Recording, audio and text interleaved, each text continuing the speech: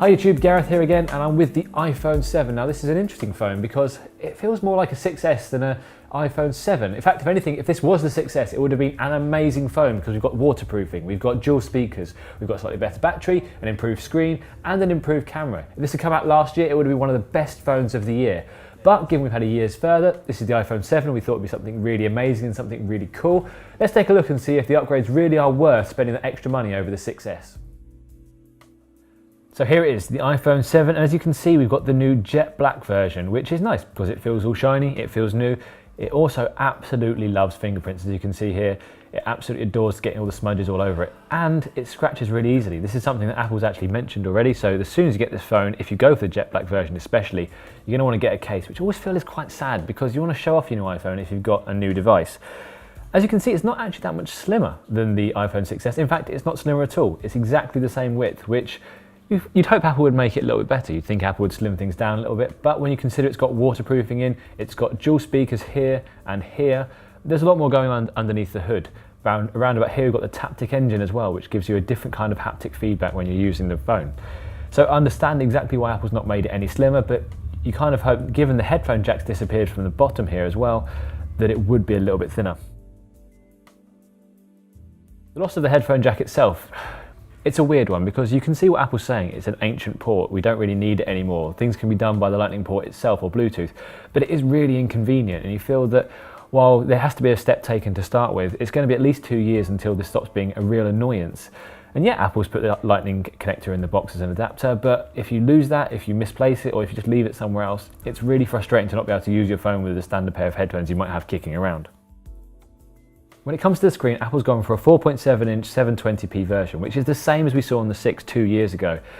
And you feel maybe, you know what, Apple could do a little bit better. If you look at the Samsung Galaxy S7, for instance, with the QHD screen, that's much sharper, and side by side, you will notice the difference. But if you're just viewing it in isolation and just seeing the iPhone for what it is, you know, a decent viewing experience, you won't find you're really missing out on too much. Let's talk about the home button. Now, this is something that's a bit weird because the iconic clickable home button is gone. If any of our older viewers remember the BlackBerry Storm 2, for instance, it's a very similar experience to that where the whole screen clicked in, but nothing's moving here. It's just a Taptic engine underneath here that's firing and making it feel like you're touching the home button. And while initially I really struggled with this, after a while I came to really love it, and it feels like a really cool feature, and it protects the iPhone from damage, which is also really useful to have.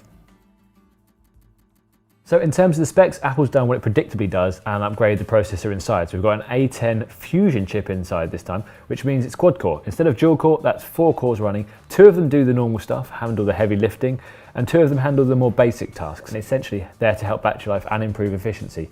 But as ever, the iPhone is as snappy as you could want it to be. So if you're using something like Photoshop Express here, the retouching of photos is very quick, very slick, and Apple's put more than enough power into this phone to make it easily adequate for day-to-day tasks. So even heavy lifting stuff works really well in the iPhone 7.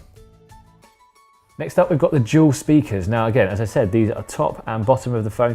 It's a weird configuration. It's very similar to what Sony does with its phones because this speaker fires this way, and this speaker fires that way. There's also the curious situation where there's 2 speakers, but one of them is just there for aesthetics or completely redundant. Where the headphone jack was, that's just a few dots now for some reason. So when things fire forward, if you turn this right up, you definitely get a sense that some of the sound is going that way and some is going this way. Having dual speakers feels like a real step forward, but again, something that Apple's rivals have been doing for a long time. iOS 10 feels like it really fits on the iPhone 7 because all the things that you need are right there within one swipe. The screen is the right size to be able to manipulate with one thumb. So Apple's got a good mix here. Some people don't like iOS 10, they feel there's too much going on, and that might be a fair comparison, but if you're used to Android especially, you'll find a lot to like here. As I've mentioned previously, there's a Taptic engine inside here, which is different from your usual haptic buzzing feedback when you get a message. Apparently, according to the pictures, it's around here somewhere, but it means that there's more of a fine-tuning to the haptics, to the vibrations themselves feel like they're more of a knock, more personal, more relevant, rather than just the whole phone buzzing. If you're playing a Formula 1 game, for instance, if it hits the side, you'll feel like it actually buzzes into the side rather than just the whole phone vibrating.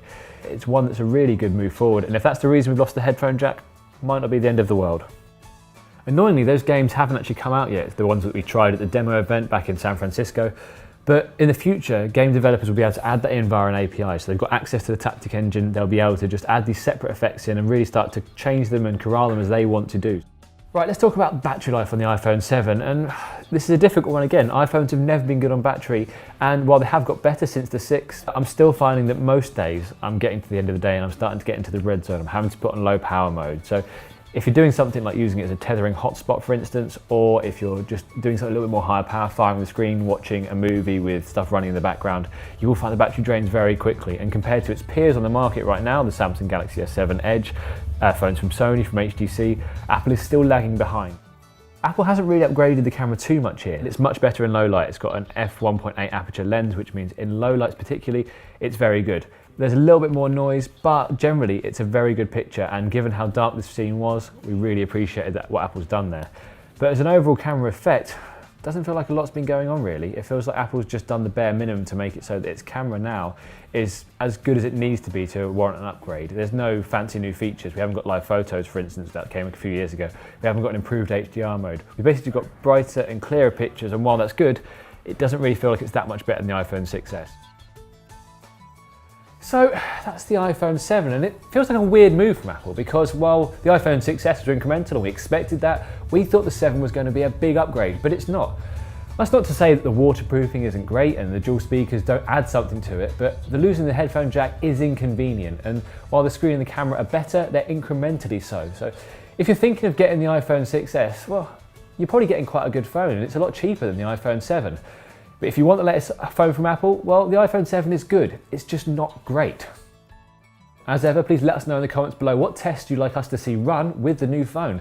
Thank you very much for liking, thank you very much for subscribing, and as ever, if you want more phone chat, Tech Radar is the place to be.